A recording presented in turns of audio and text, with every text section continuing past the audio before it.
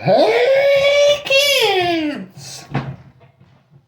Welcome to another exciting episode of a show where I talk about the music that I know and love because I have it.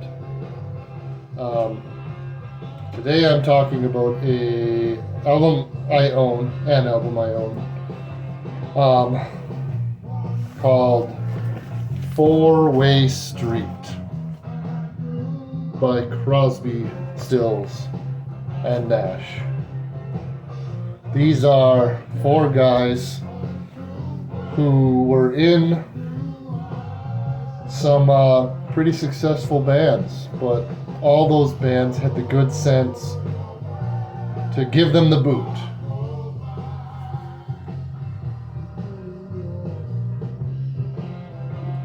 They all had the good sense to kick them the heck out because they were impossible to work with. But they came together and they learned they could sing at the same time and it sounded okay.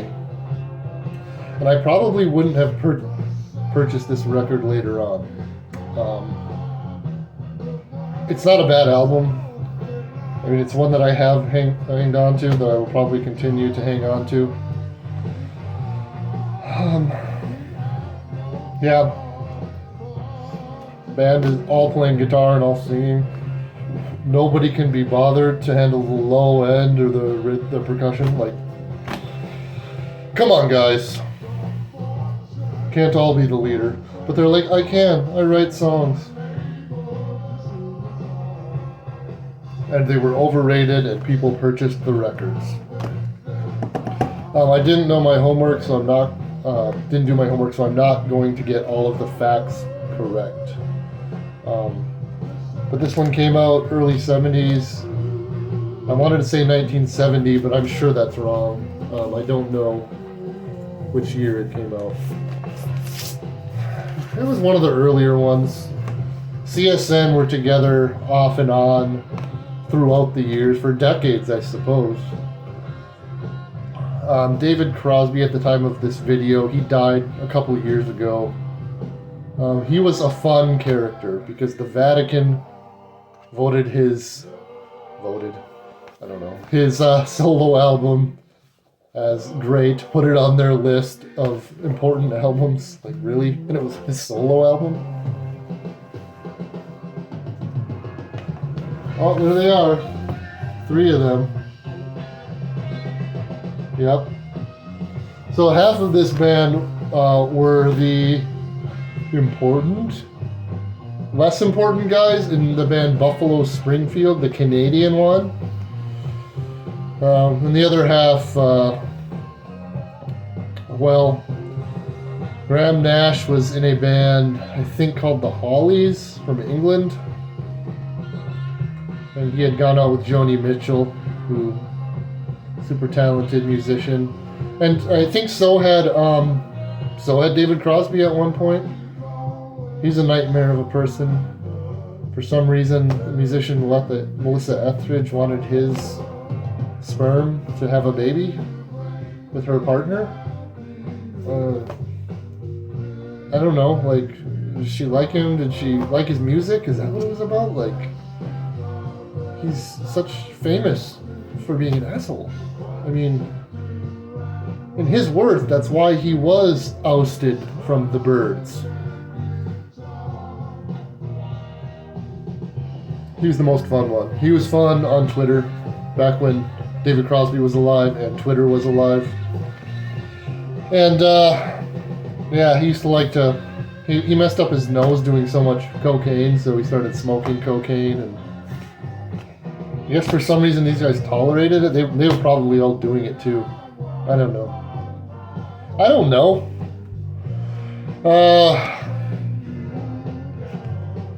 Yeah, I mean, this is actually the only Crosby, Stills, and Nash album I've ever heard. I don't think I've ever sat down and listened to an entire one before.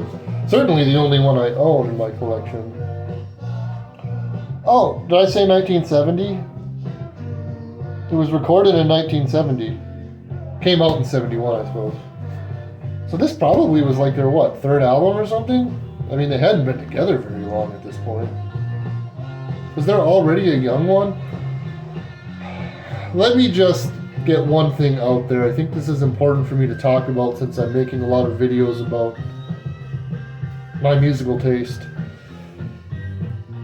And I'm going to say something that's important.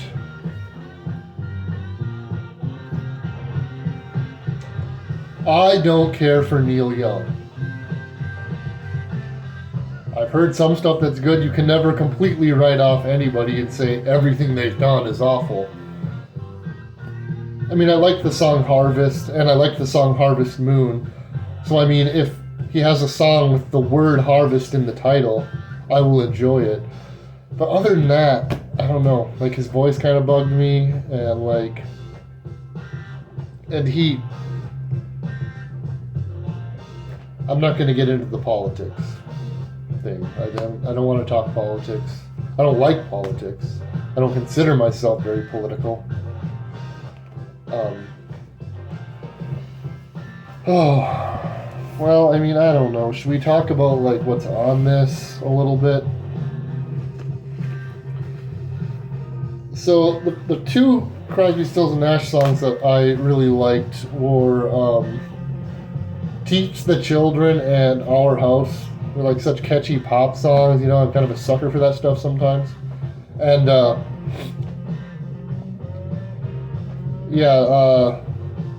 Our House isn't on here. I think that was about Joni Mitchell.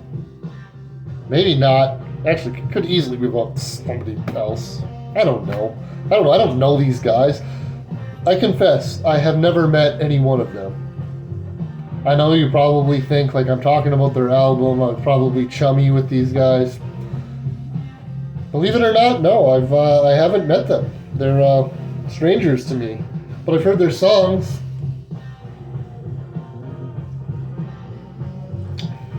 I mean, at the end of the day, I gotta say, like, the album's okay. It's a double album. It looks like this. Most vinyl records are not black, but this is one of those rare exceptions. Teach Your Children is track 3. One that I mentioned I like. Triad is after that. That's kind of an interesting song. About David Crosby and his 2 girlfriends. I don't know, I guess he was popular in those days. I mean, have you seen the guy? I don't know. I don't know why. Oh, and then on side B, a song called America's Children. So, you're gonna have 2 songs with the word children on the same album?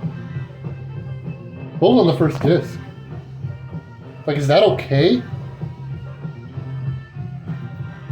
Just wanted to clear the air to say I don't care for Neil Young. Never did. Now,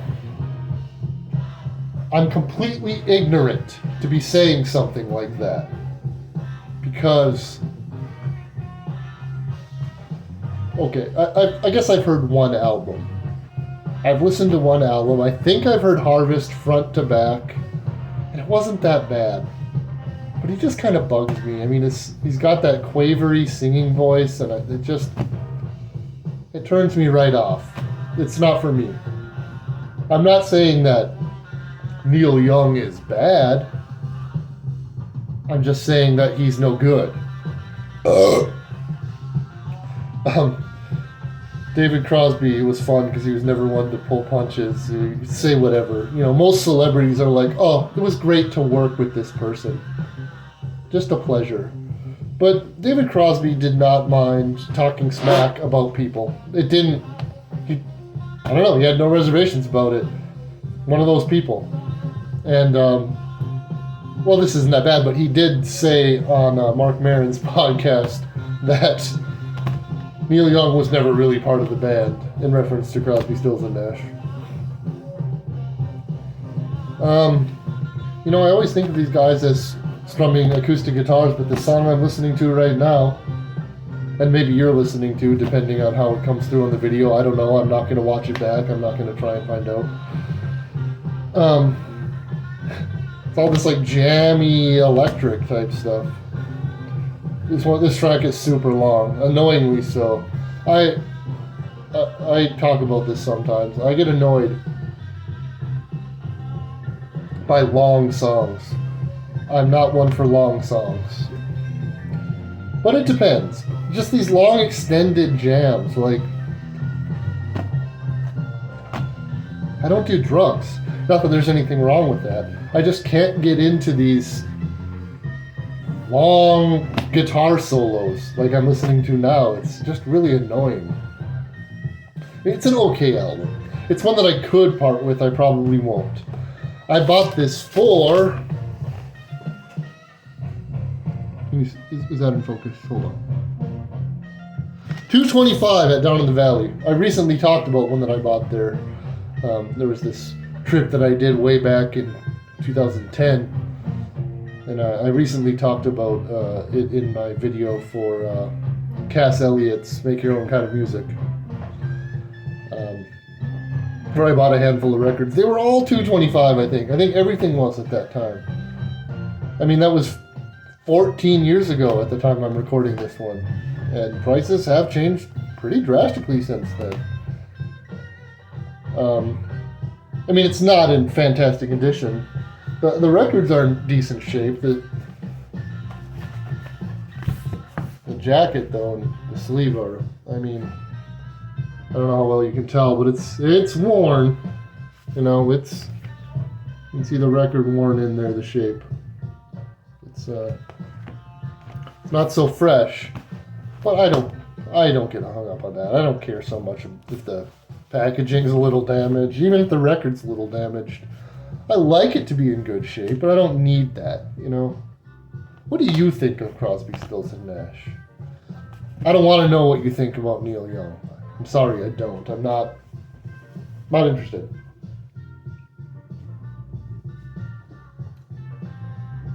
Such a simple, dumb song, but I did like Harvest. The song Harvest isn't on here. The song Ohio is, and I find that to be a pretty annoying song. Probably I'm guessing the worst song on this album.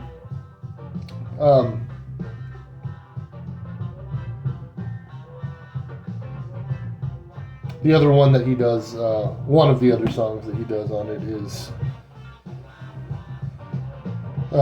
Southern Man. Like a super long rendition of Southern Man is on this double album. Annoyingly so. Oh, it does have Love the One You're With, Steven Stills. So according to legend, which means it's probably BS, singer Ray LaMontagne decided to go into the music business, to make music and stuff, after hearing a Steven Stills album or song. I don't know if that's true.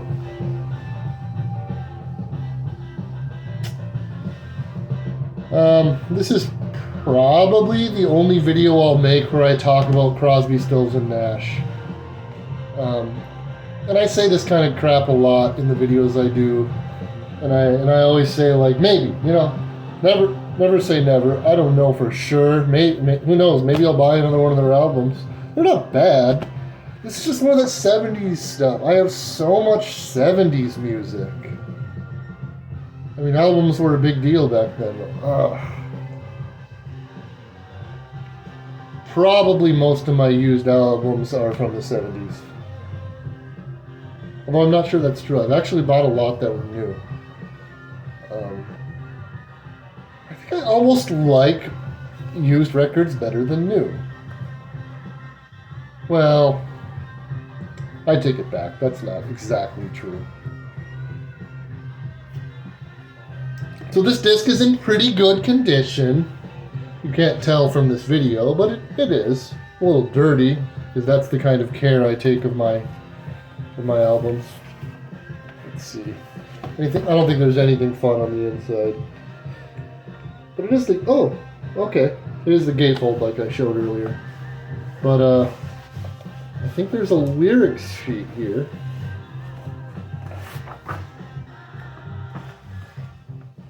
Gratuitous soloing, is that in the lyrics? Because that's what I'm hearing on this Cromawful track. Oh, you know what?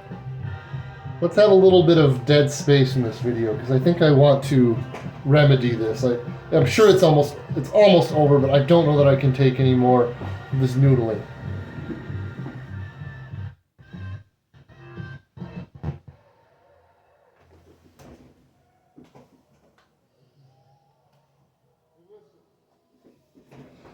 Okay. Thank you for sitting there watching nothing happen for a while. I can't believe you would do that.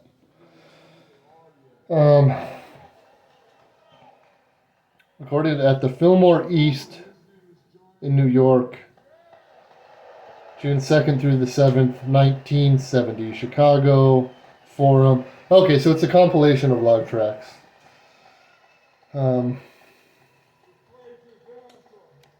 What else is there?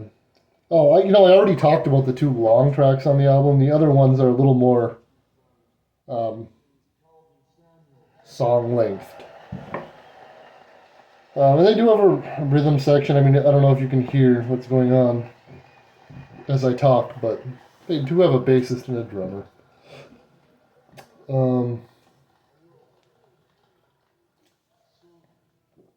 I suppose I should wrap it up here. I mean, I don't know how much more I have to say on the topic of Crosby, Stills, and Nash.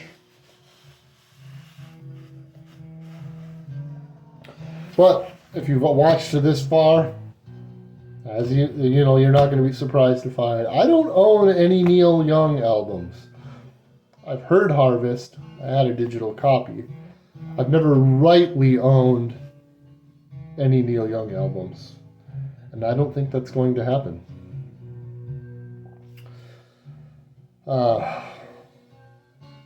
Well, all you guys, all 100,000 of you, I appreciate you sticking around to hear me talk about music that isn't very good, on a format that isn't very good, by a guy whose words aren't very interesting. Now, good night, everybody. And be kind.